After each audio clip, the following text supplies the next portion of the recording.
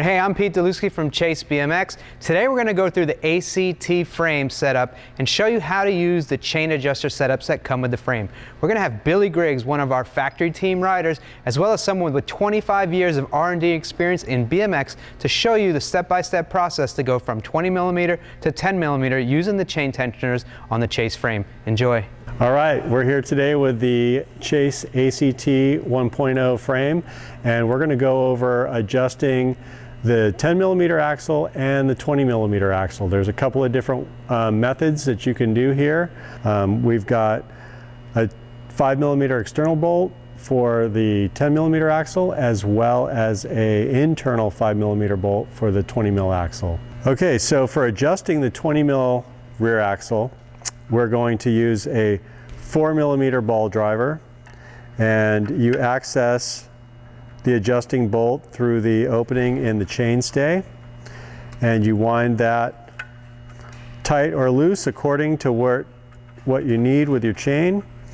And then you're going to take a 2.5 Allen key and you're going to tighten the locking barrel nut once you have your chain adjusted. Now you're just indexing this barrel nut.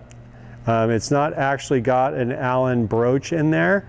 The Allen key is used just simply as a spanner. If you had a little spanner wrench you wanted to use, you could use that too. Anything that fits nicely in this hole. Again, this is not accepting the Allen head broach.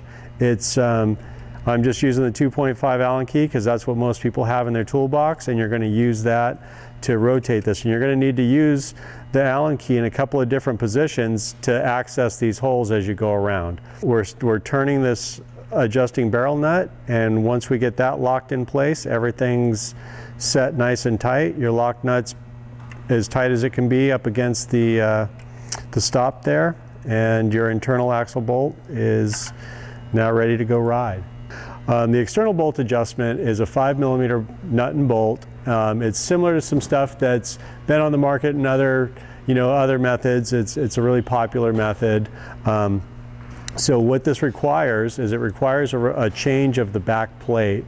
The backing plate has to be replaced for the 10mm axle.